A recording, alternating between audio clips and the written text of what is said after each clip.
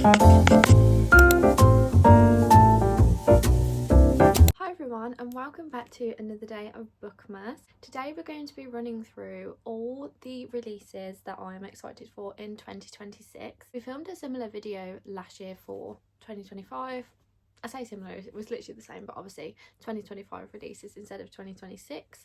And when I researched new releases for 2026, it appears there's not as many compared to 2025. I don't know what's going on there, but I've still got some that I am really excited for, so I thought we could run through those today. But if I miss any, please let me know in the comments, and I'm sure there'll be more that you guys are excited for, because there's always tons of new book releases, but these are the ones that I found that I am very excited for, that either are a brand new release, there's some in there that I haven't even heard of the authors before, but it just looks like a book that I would read, or just something that I would enjoy, and then there are some that are continuations of series and stuff like that. So let's jump into today's video and run through all the book releases that I'm excited for in 2026. I've organised the books by month, so let's start with January. First book is Throne of Nightmares by Kerry Maniscalco, which is part of the, I think it might be called Princes of Sin series. On Goodreads this said expected on the 1st of January, which is not always true when it says that, because sometimes they just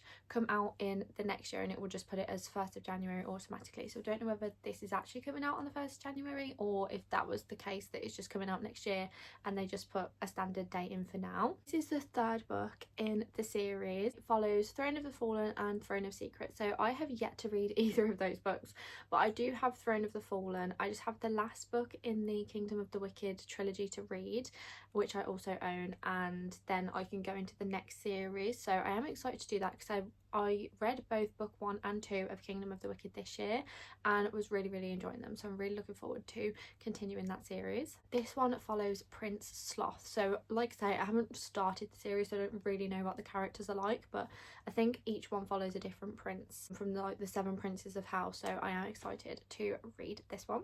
The next book we have is by V.E. Schwab, and he's part of, I think it's the Villains series, I could be wrong on that one. I think it's called Victorious, I think.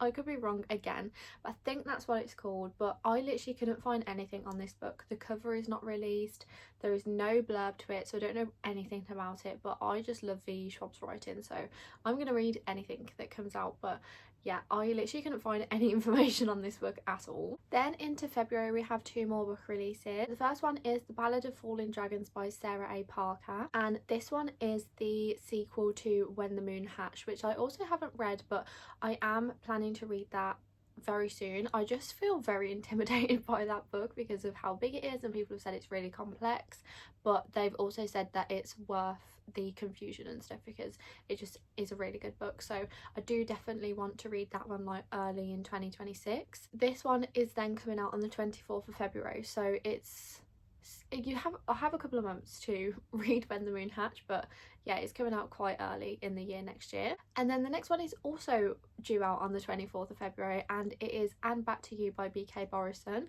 which is the second one. Well, I don't know if it is a series. I don't think it's a series. I think it's more just interconnected standalones, but it links in with First Time Caller, which was released this year. It is an opposites attract romance. There are 2 meteorologists, if I'm saying that word correct, that have a couple of run-ins at work, and then there is a snowstorm and they both want to be the one to cover it. Honestly, I think this is such a, what's the word, like, unique concept. I don't think I've ever read a book about meteorologists, so I'm very intrigued by this one. Because they both want to cover it, they strike up a deal to work together, so I think it's a bit of an opposites attract, forced proximity, workplace romance, that kind of thing. We're then into March, where we again have 2 new book releases. First one is No Matter What by Cara Bastone, and this one is due on the 3rd of March. Cara Bastone's books always seem to have an element of like grief or something that the character is working through, and this one seems no different. So after an accident happens, a young couple are struggling to navigate their relationship. This book is about them trying to kind of like rebuild and work their way back to each other. So I think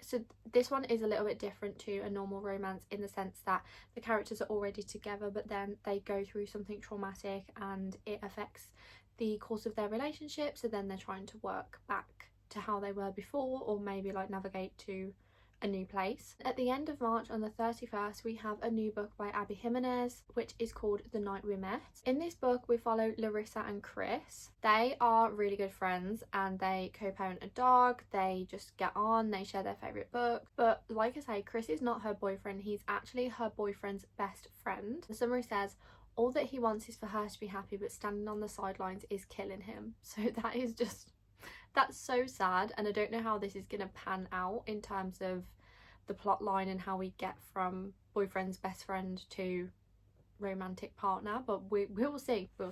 Then in April we have a new release from an author that I'd actually never heard of, but just reading the summary of this book and the cover just really intrigued me. It's called The Island Club and it's by Nicola Harrison. It's due out on the 28th of April. On an island just off the California coast there is an island club. It's 1956 and 3 women's lives begin to unravel in shockingly different ways.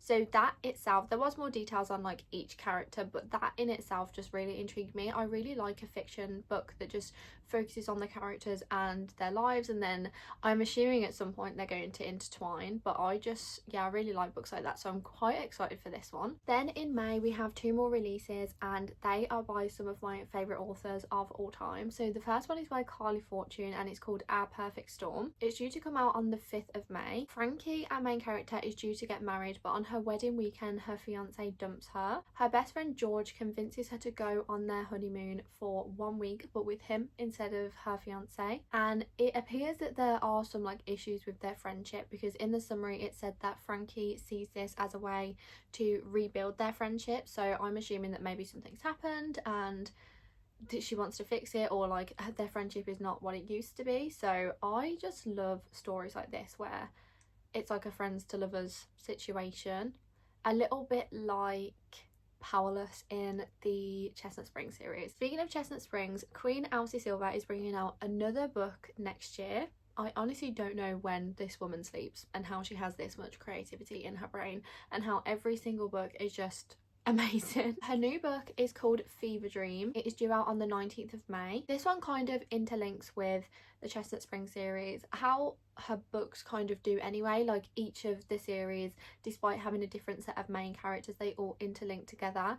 So this one features Theo Silver's sister. In a bid to save his family's ranch, Emmett Bush enters into a reality dating show. He isn't looking for love, he just wants to get through the show and like win the money. I'm assuming there's money. That is until Julia Silver arrives. So Julia is Theo Silver's sister. He is the location consultant on set and she is his biggest rival's sister. And then on the summary it says that mutual distaste turns into unexpected connection, so it's like rival sisters trope sort of thing. Final book that I found for next year, like honestly there just wasn't that many when I was looking, but the final book comes out in July and that is Heartstopper Volume 6, which I cannot wait to read. Again, we're following Nick and Charlie, which if you don't know what the Heartstopper series is, it is a graphic novel series following Nick and Charlie. Honestly, it's the cutest series, and if you haven't read it because you think you're not into graphic novels, I would honestly recommend giving it a try, because I didn't think I liked graphic novels either, but this was a really cute series. So this one is the 6th installment and I think it's the final book in the series as well, so